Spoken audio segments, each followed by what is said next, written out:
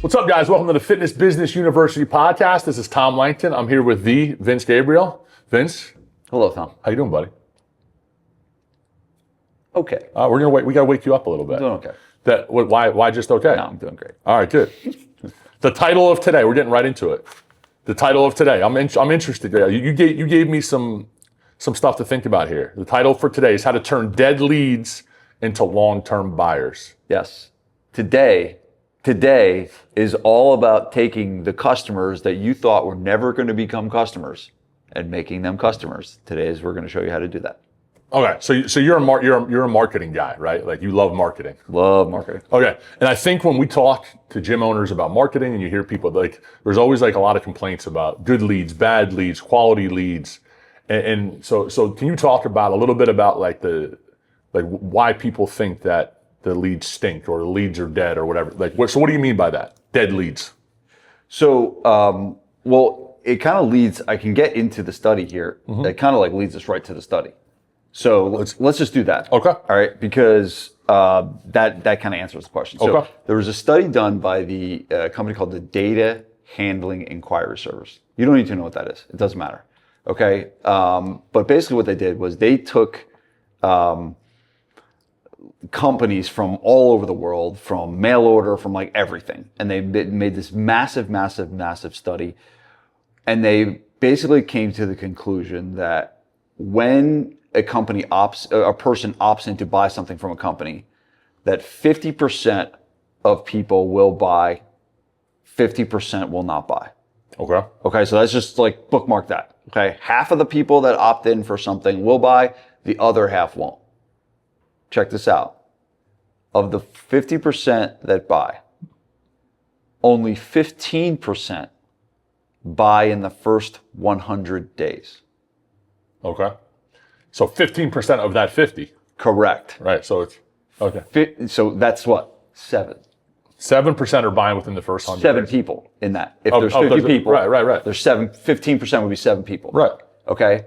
Leaving 85% to buy over the next 100 weeks. Okay. Here's the problem. People think that 85% are dead leads. And the issue is they're not dead leads. They just haven't bought yet. They just need more time. Correct. Okay.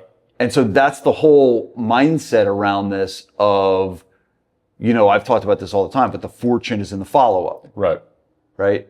And so for me thinking about something like this, it's like, all right, I have a system for the first 15%. Most people do. They have a system, like you probably had at Alpha. When someone calls, we're going to follow up with them 10 times and we're going to double dial and we're going to get them on the phone and we got to do everything we can. And then we do that for 21 days. And then the people that don't buy are like, screw that person. But what is the process for your business for the 85%? And the problem, I think, that lies in it's a long-term thing, right? Yeah. It's just now I have to have a system for 100 weeks. I need a 1,000, email text follow-up process. And the answer is, yes, you do. Yeah. Well, so it's more of a slow play. So you talk a lot about the marketing glove and having different types of marketing. Now, the majority of people, when they think about marketing, it's like that direct response. We want to throw something out there and then we want people to come back and say, yeah, I'm in. Yes. But then people they get offended. Like gym owners will get offended if someone doesn't buy right away. But you're telling me the majority of people we're talking to are going to buy, just not yet. Correct. Yeah. Well, half of them. Right? Half of them. Okay. And that's not to say that that's a study that was done. Right. But it's pretty prevalent. About that you could say half of the people that opt in for something are going to buy. And that's just not your company. They're going to buy that thing that they've opted in for. So that's really where the long-term follow-up comes in. It's just what are we doing in place that, hey, they're not dead leads. They just haven't bought yet. And do we have things in our business in place that are taking that 85%, realizing I have examples of this out the wazoo, right? I have guys in my mastermind group all the time that I'll teach something like this and they'll be, yep, I was on your email list, Vince, for 5 years. Oh, you're saying your own customers? My own customers. They'll tell me, yep. Right. And it will be proven what I'm teaching, they will tell me, yeah, you're right, Vince. Right. I opted in. I got your Ultimate Guide to Marketing Your Gym during COVID. And then all of a sudden, here they are. They just became a customer 5 years later. They've been on my email list, getting an email from me every day. And I didn't get sad. I just kept emailing them. Right. And then all of a sudden, there they are. Well, people listening to this, there's people listening to this right now. I guarantee you, people have been followers of this podcast for years and they've never bought anything from us. Right. And maybe they'll be in the SPF. Maybe. Maybe they'll be in the SPF soon. Maybe not. I don't get emotional about it. No emotion. No emotion. Now, you're not saying not to have those immediate processes. No, you have to do it because they're 15% or hot. They're going to buy. They're going to go. So you got to make sure you tighten up those what do you call them? Front end processes, like the quick hitters, right? Yeah, I would call it your lead nurture system. Okay. So the follow. Yeah, how many phone calls? Yeah, I'll give you a quick synopsis of that. Over the first 21 days. Right. There should be a predicted sequence of follow-up with a lead. So someone gives me their email. They come through Facebook. It comes through the website. We get it at a 5K. They give me their email address or their phone number. I got 21 days to kind of hammer them. Yeah, and that could be, as soon as they opt in, an automated text goes. I think the best thing they could do is as soon as they're opting in, there's an automated text that gets sent to them with some type of a question that they have to answer to engage a response. That would be the ultimate. Because there still is a good amount of people that are going to buy right away. Yes. Right. Yeah. So you got to have systems in place to attack them. 100%. Okay. So get that done first. Yes. But now let's talk about the other 85%. Correct. So what the hell do you do? How do you slow play these people? Yeah. So I think that there is a lot of times people will do these, blanket contacts of I'll realize I need customers. So let me go to my list and I'll send an email to my list and hopefully someone will respond to it and buy. Right. And usually that does not work very well. Usually what needs to happen is there needs to be a relationship that's built. So one of the reasons why they haven't become a customer yet is because they haven't built a relationship. There's no trust. They don't trust it, right. And so that's kind of what the job is. The job is okay, this person's not ready to buy yet. So my next job is what can I do to build a relationship? It always goes like this. It goes know, like, trust, right? And so they may know you, they may not know you in the very beginning, right? They sometimes, what happens when people opt in for a Facebook ad and follow up with them and they're who are you? Why are you calling me? Yeah, for sure. They don't know you yet. For sure. Right? They don't know you yet. But so the first step is they need to know you. So if they're on your email list and they're getting regular contacts from you, they will know you. Right? That's just them getting the emails. Now, all of a sudden, if they open an email and they read it and they like it, they start to realize this is okay. I could do this. I could see myself at this business. And the last piece is trust, right? And that a lot of times that can happen, right? That can happen in, marketing.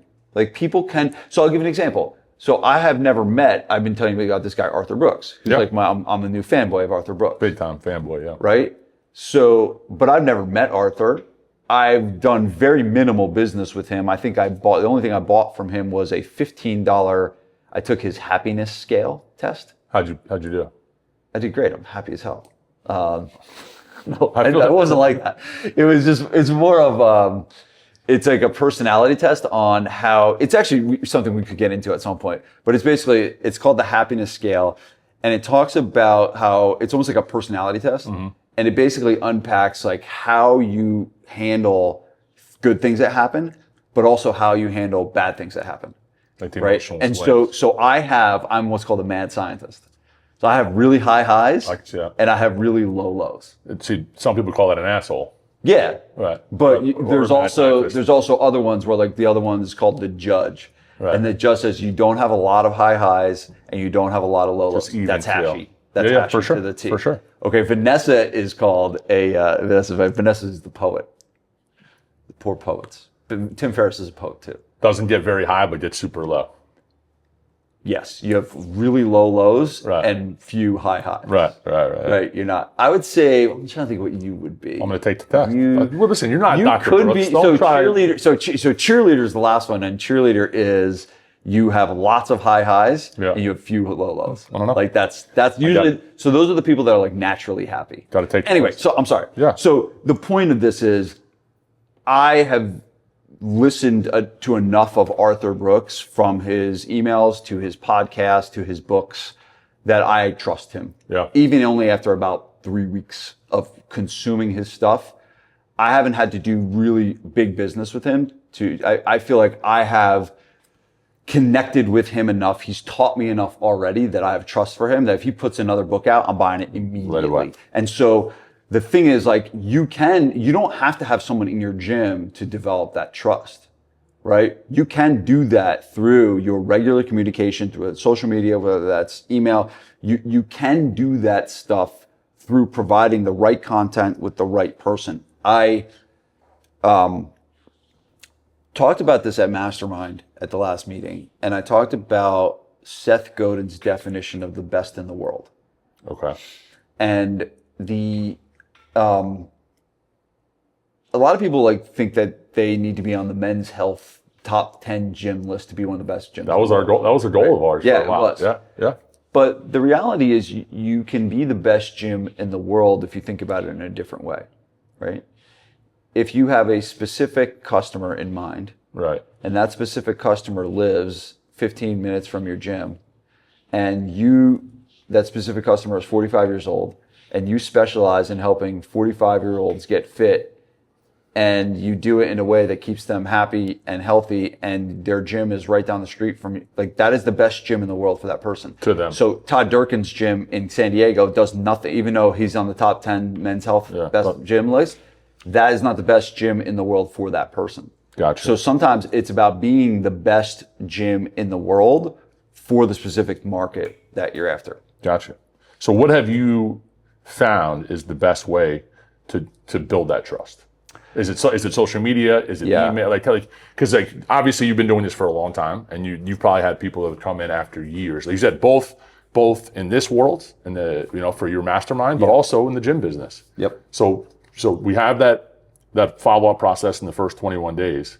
What is the number one thing that you've done for that long-term trust building? Yeah, I really think that you can't lose with a long-term email marketing. I don't want to say newsletter or something like that, but a process where you are getting in their private inbox on a regular basis. Okay. I think that you can control that more than the social media, because they are, whether they're not on social or whether they go into social and out of social, you can kind of count that email is going to be there time after time after time, right? And even if they don't open it, them just seeing it from you is building awareness for that. So I have found that the best thing for this 85% is a sweet spot email newsletter at 3 times a week for a gym.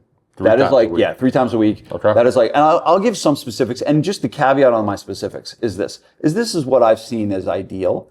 I have some gyms that email every day, right? But I think 3 times a week for what all of these guys have going on and everything like that, I think it's a sweet spot where it's enough that you're not overwhelming them with a daily email. Now me, I just send it everyone every day. I don't care, right?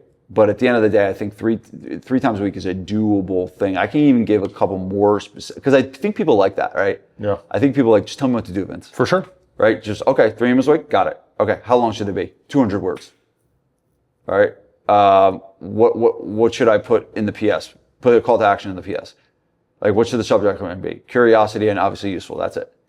And I think sometimes people they like that. They like that certainty on what to do. So in terms of frequency, which is always a huge question, the other question is what days should I email, what times, and all that. That's not nearly as important as having that dedicate. And so I think one of the things is, why don't people do it?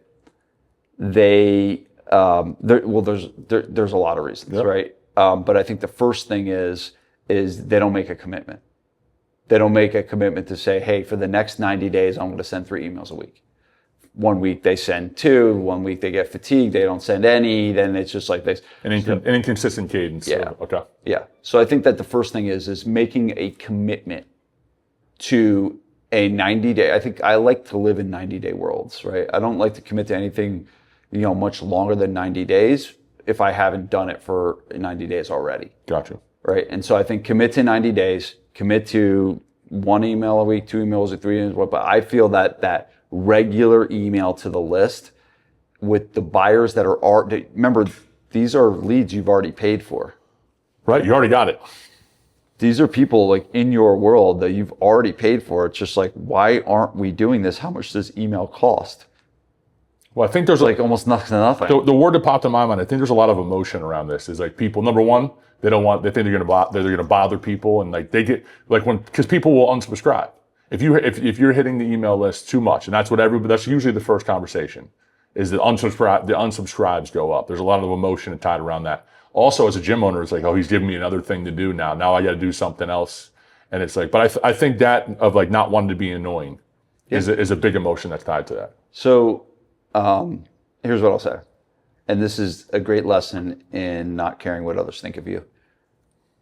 The first lesson in not caring what others think of you is to understand that no one gives a shit. That no one cares. Right. They're not going through their day thinking about you. If they unsubscribe, they unsubscribe. I think that the amount of like emotion we put with unsubscribes is like, oh my God, they're at home thinking about me. They hate me. Yeah. I'm this annoying person and they're going to blackball my business. And they're like, no, they just unsubscribe.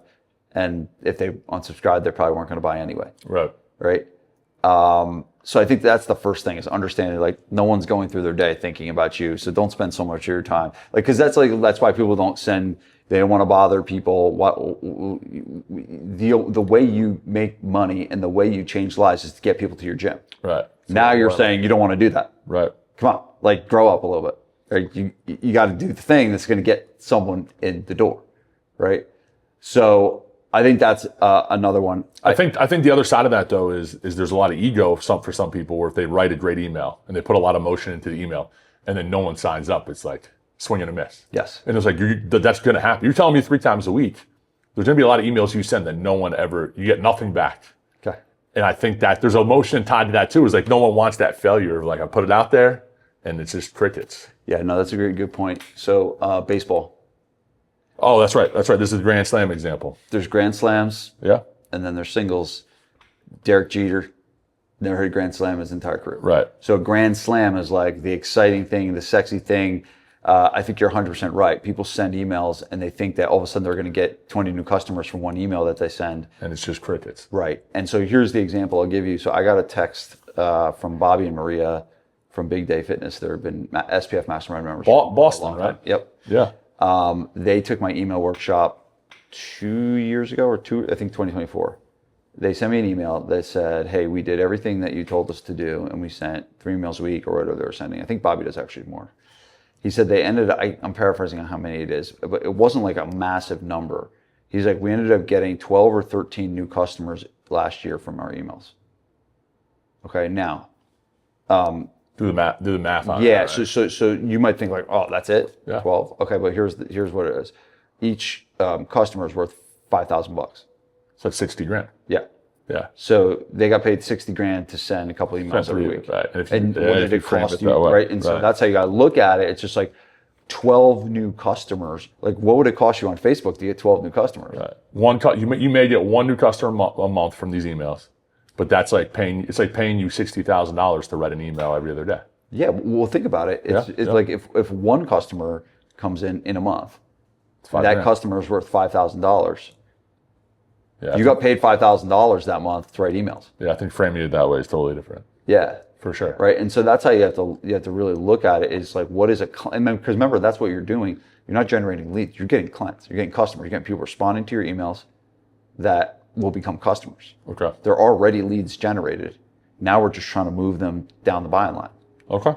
So I think that's like a big thing, is like making sure that you understand the return on investment and know that, hey, you don't need to hit a home run to do really well. If you hit a single and you get 1 customer a month from this venture, it's worth it. Yeah. It's a really good. Now, hopefully I want people to do better, right? Ideally, people even do better than that. I know some people that, have used their email list and how many clients did we get from our email list back in the day? Wow. Tons of them. Yeah. Tons of them. And we didn't even know it existed. We didn't know we were supposed to be sending emails at all. And we just started to randomly one time, like, oh, dude, there's a lot of people coming in from these things that we're sending. For sure. And people would, I mean, I think you were probably doing consults when you were writing a column, and people would come in and they would know you because of I read your emails on eClean. They already kind of knew what your principles were, and they had an idea coming in, for sure. Right. So that's the whole know, like, trust thing. Yeah. It's like they're coming in pre-sold because you've educated them on this whole process throughout the game. You gave me an example of the auditorium. Yeah. So what does that mean, the email auditorium? The auditorium is, I think, just this visual of, hey, your email newsletter list is however many you have, whether it's 500 people, 1,000 people, 3,000 people, it doesn't matter, right? But I want you to think of the amount of people on your email list in an auditorium, and that auditorium being in your gym. Make believe that's like adjacent to your gym. Right. And at any point in time, you can step on stage of that auditorium, and there's 2,000 people in the seats. That's great, yeah. And you can stand up on stage and you can say, hey, today I want to teach you something about why people over 40 have trouble losing fat. And teach them something really good and wow them. And then all of a sudden, oh, by the way, we have this new thing. It's called the 21-day jumpstart. Right, come on, you want to try it? Yeah. And the visual of that is you standing on a stage and being able to speak to you. And here's the beauty. You can do that whenever you want. Anytime you want to go into that auditorium, turn the microphone on. You just turn the microphone. You just step in. They're always there. Yeah. They are always in the seats. They never leave the seats. Now, sometimes they leave. Sometimes they just right. But hopefully you're replacing them, which is another issue that we can talk about later. But building a list. Building a list, yeah. But that is an asset, right? You have assets. You have liabilities, right? Assets put money in your pocket. Liabilities take it away. You have an asset right in front of you that most people are not using. Yeah. Like, how much would it be worth a gym owner to say, hey, you have a public speaking event this month in front of 1,000 people, or whatever your email list is? Yeah. Right. Yeah. And now here's the deal. Yes, if you have 1,000 people on your list, 25% are generated. 80% have earmuffs on. They can't hear what you're saying, right? Because they're not going to open the email. Right. Right. But 20% are like, okay, what do you got? Yeah. But even then, they're still going to see your name in the inbox. Correct. There's still that omnipresence. Mm-hmm. So even just the act of sending it, even if they never open it, they're still seeing Vince Gabriel, Vince Gabriel, Vince Gabriel. Yeah. It's like that omnipresence. And there's also something about, I have a feeling that all of my customers that pay me to be an SPF, they're on that email newsletter list.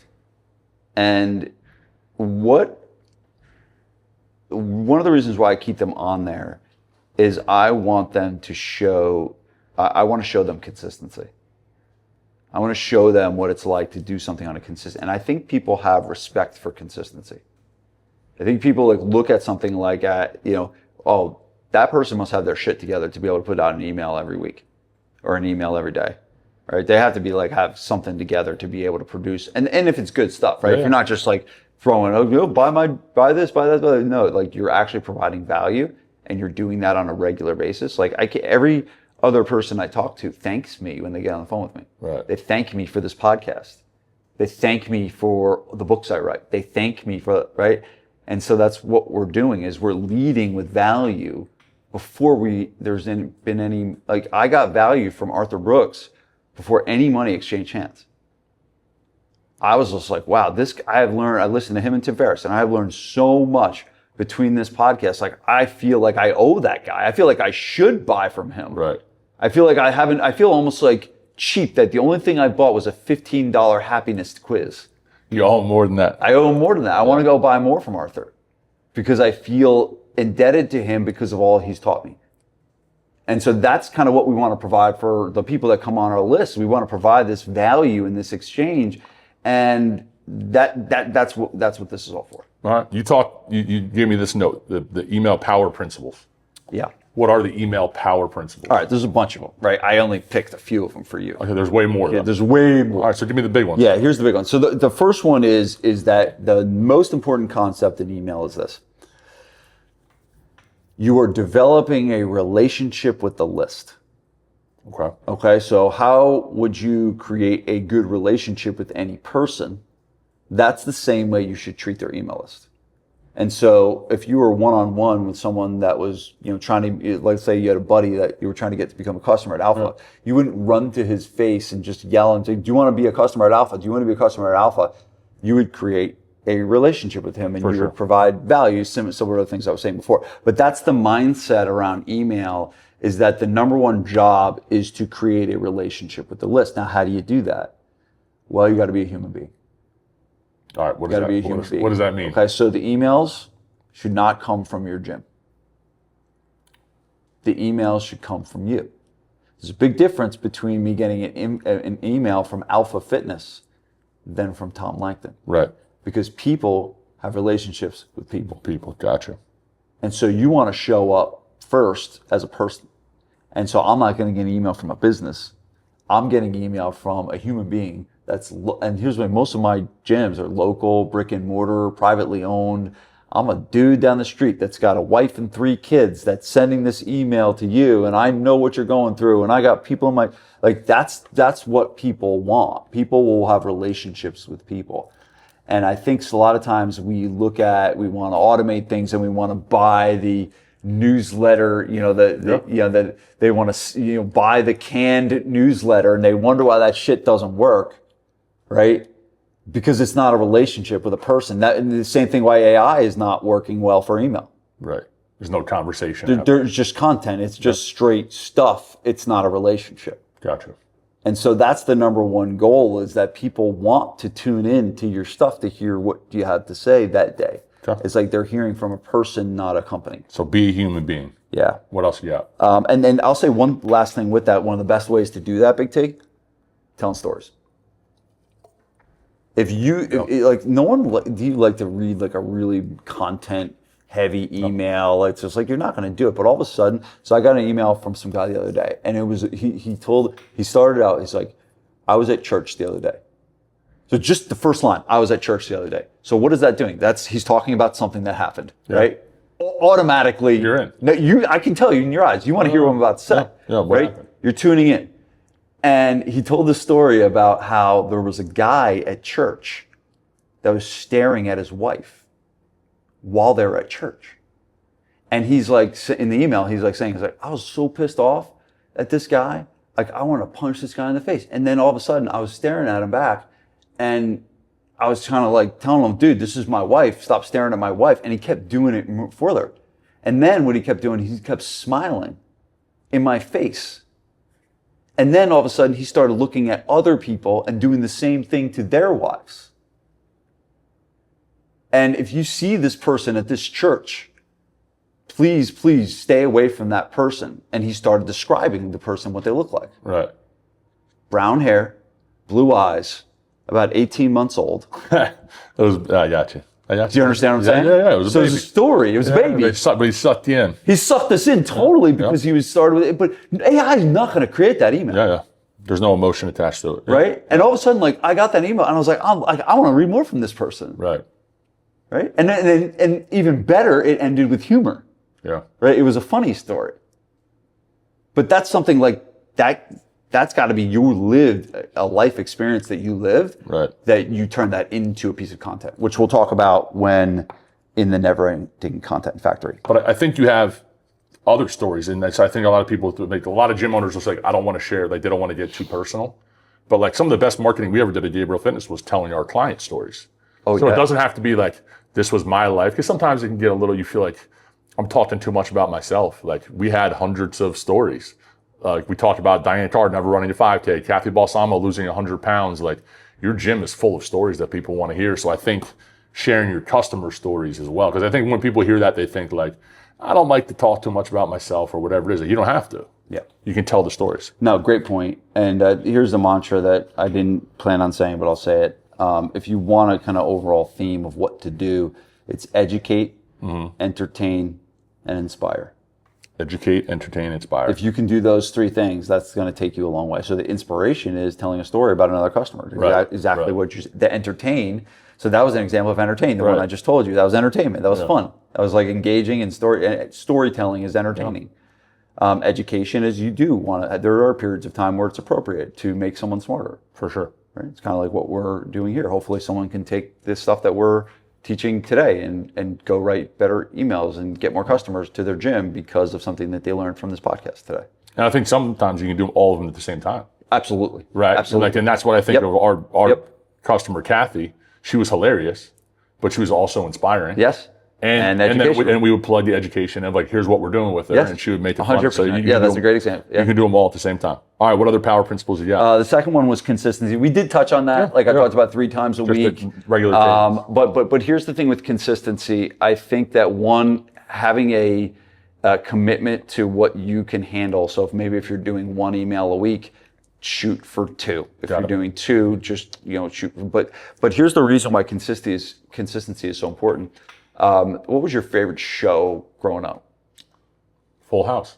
Okay, so when was Full House on? Friday nights, TGI Friday. What time? Right before Family Matters. There you go. So you even knew. Yep. And so back in the day, you didn't have Netflix or anything like that. You had to show up. Yep. And you would show up and you'd sit down on the couch. You probably had a big bag of popcorn or something. You would sit down on the couch, right? And you would wait for Full House to come on, right? Yeah.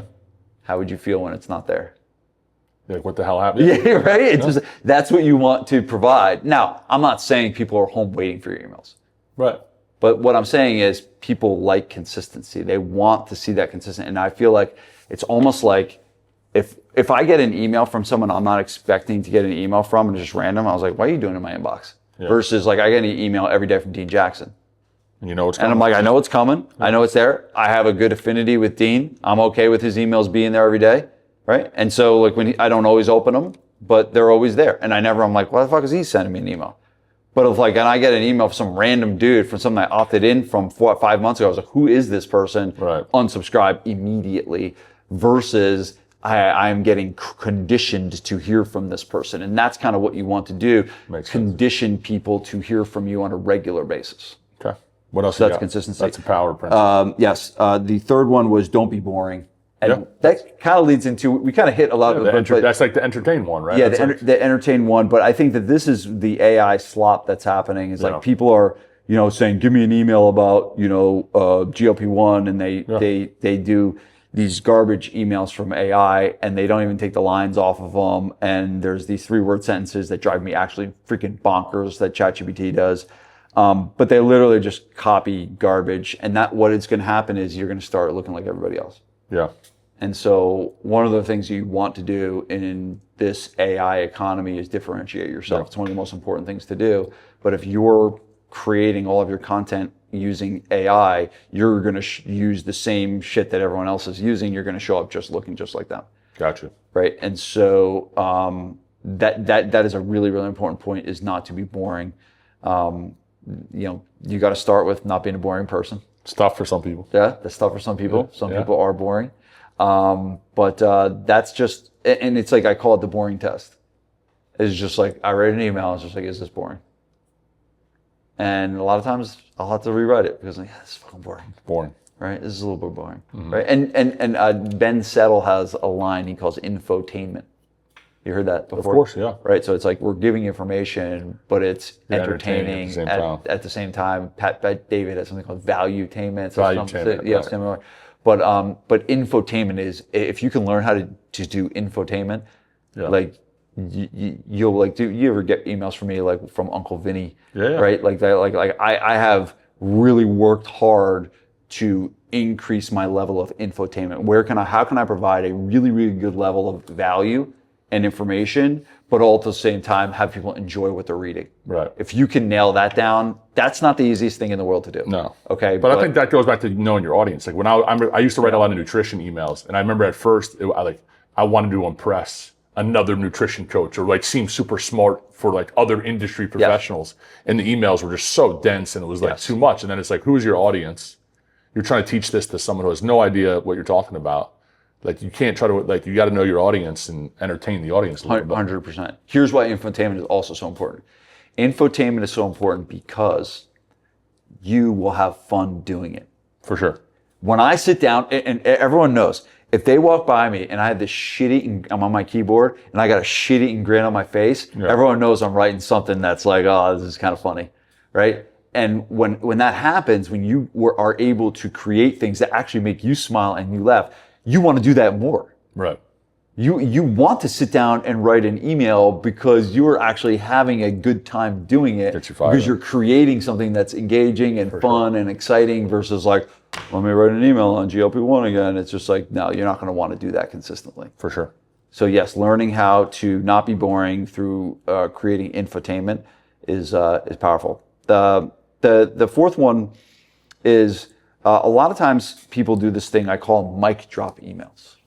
And mic drop emails are the people that write emails and they just sign their name at the end, Tom or Andres. And they think that their email is just so good that they're not going to ask anybody what to do anything. Right. And they're just going to get this flood. And they always wonder, like, I'm not getting any responses from my emails. Well, don't expect any responses if you're not asking for a response. People are conditioned to do what they're told. Yeah. They really are.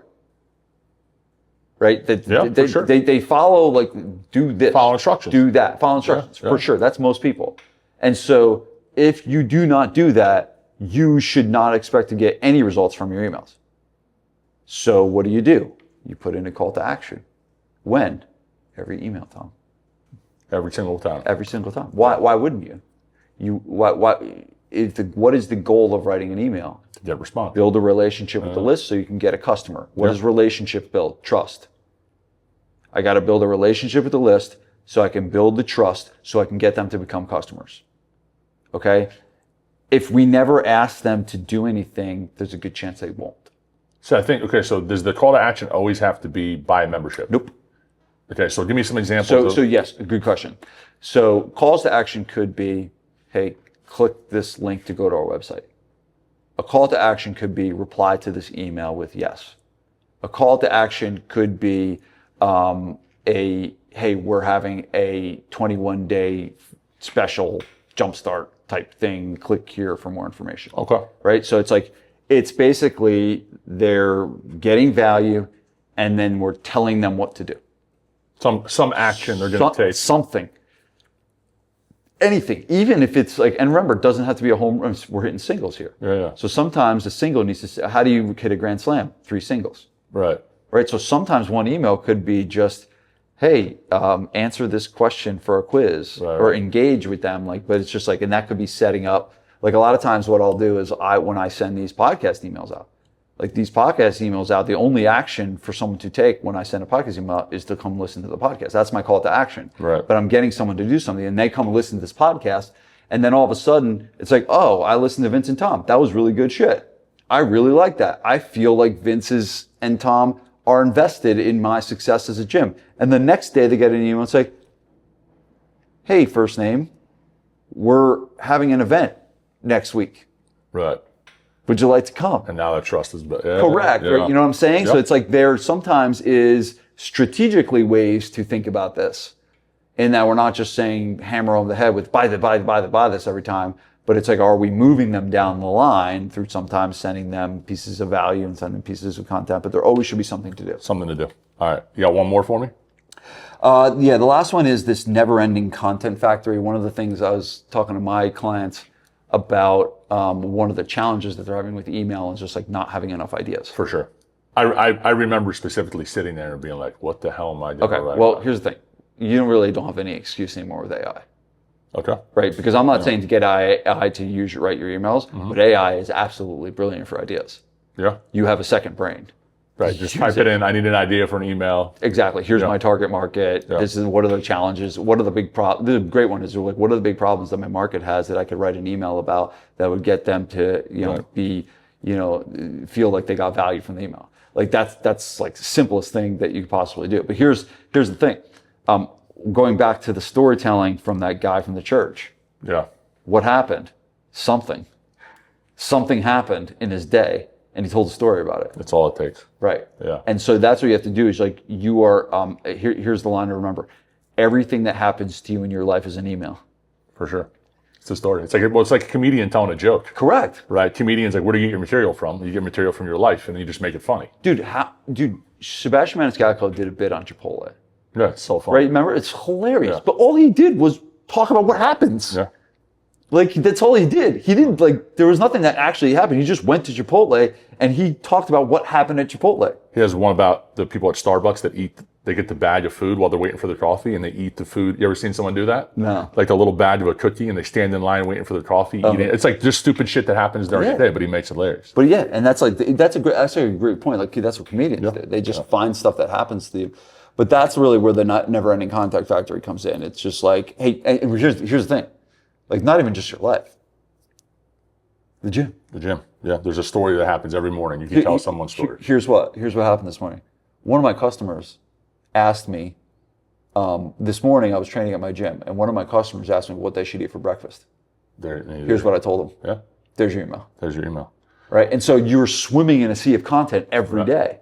I think in if you're educating yourself, I remember the times when I couldn't write. When I was learning, like doing continuing ed, it was like I always had content because it was like I wanted to share that. Like you've been talking about Arthur Brooks, non-fucking stop, and it's like that's giving you content. So like, 100%. If you feel like your content, that's a great ideas, point. If you feel like your content ideas are dried up, you're probably not learning because that was what we used to do. Like the best times we had on the floor here was like we would learn something new, we would make it our own, and then we would teach it, and then like that kind of. But if you stop learning, your ideas dry up. That's 100% right. That's a great point, Big T. That is perfect. All right, the last note you gave me. So those are your power principles. The last one you gave me is you said you own 3 lists. Yeah. Okay, so what the hell does that mean? You own 3 lists. And the email list kind of is all of them, but there are things that can be done. Your email newsletter list is like everybody, right? Yeah, everybody's on there. But there also can be things done outside of your newsletter via email and text message to reach out to specific groups of people.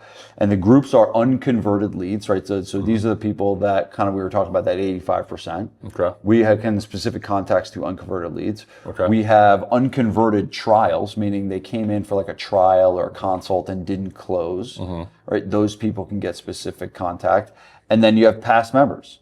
Past members, right? Your past member list. And so all of those people can be put on different lists and we can have different offers at different times of the year for that. Now our email newsletter just goes out all the time. So that one that you send 3 times a week.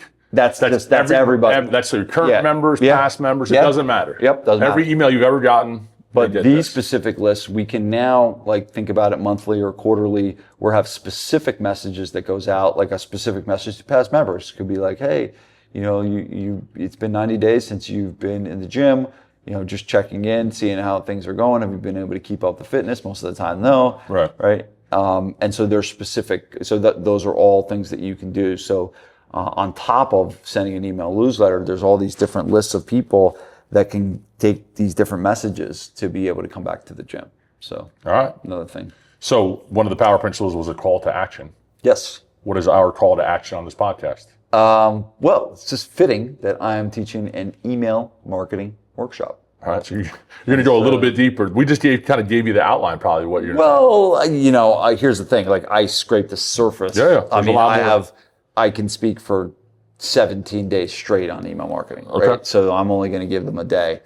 But like I talked about infotainment, right? I talked about what to do. I didn't talk about how to do it, right? I didn't have enough time on this podcast to do that. But like, what does that entail? We'll talk about email subject lines, right? What subject lines get more open rates than others? We'll talk about deliverability. Actually, deliverability is a big issue with like, all right, how many of your emails are going to spam and how many are not, right? Do you get put into email jail? There's people that have gotten thrown into email jail. All of a sudden they look and they're like, oh, my open rate's like 4%. Like, what's going on? Well, you're in email jail. You're spam. Yeah. Yeah. So, I mean, there's so much I'm going to cover. Okay. But there's a whole bunch of different things that I'm going to cover with email. But my ultimate goal in all this is this. I really believe that people can do really well with a 3-time-a-week email newsletter. And my goal is to teach them a process on how to write 3 emails in less than 60 minutes.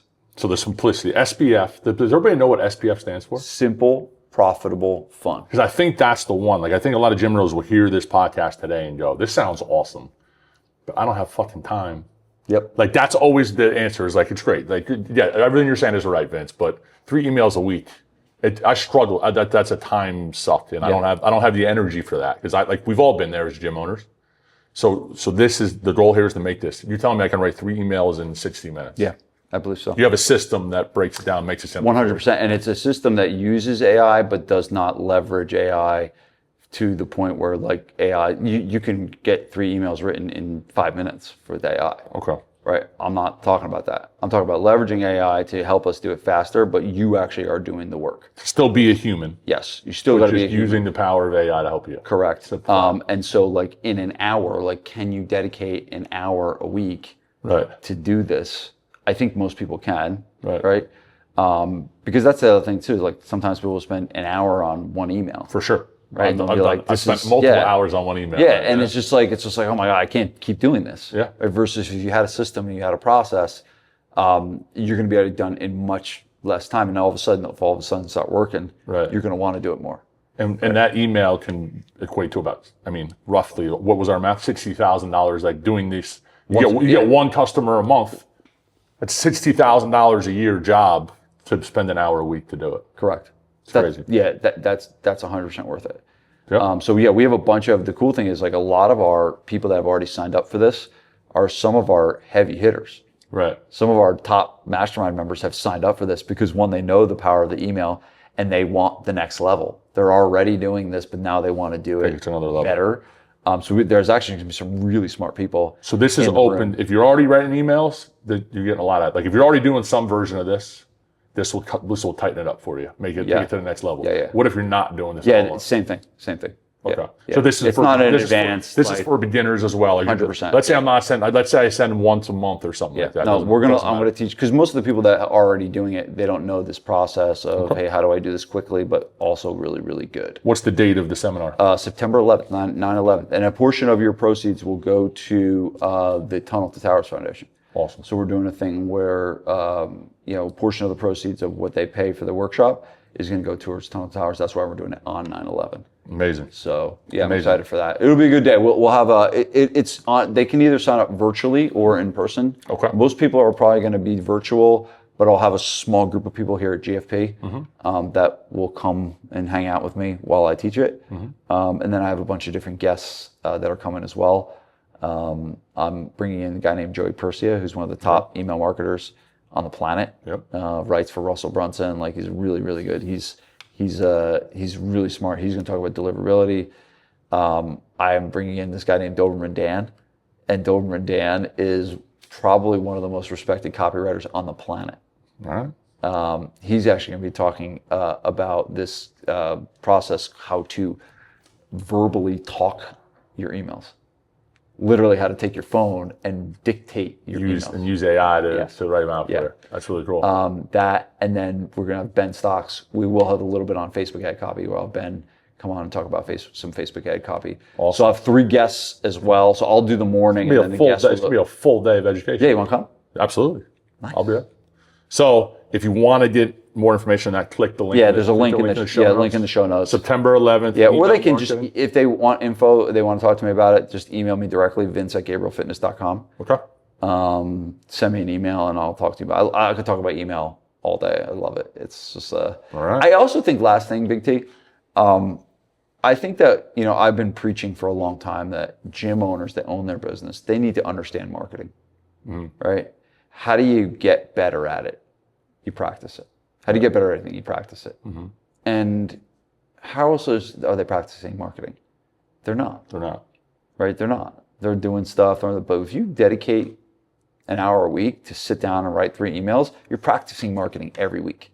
1 hour, 52 times a year, 52 hours of work. Like you are going to start understanding the needs of your customers, the problems of your customers. What works, what doesn't when you work. are forcing yourself to sit down and do this. Gotcha. So it will help in other areas as well. Awesome. I believe. Yeah. Vince. Big T. Thanks for the info, man. Have a great day. You too. Thanks, guys. Thanks for listening to FBU Podcast. Guys, if you got anything out of this episode, do us a favor. Hit that like button, share this episode with another fitness business owner, and subscribe to our channel. Every one of those clicks help us out a lot. And don't forget, visit vincegabriel.com for tons of free resources. There are books, downloads, everything a fitness business owner could need. Thanks again. Have a great day.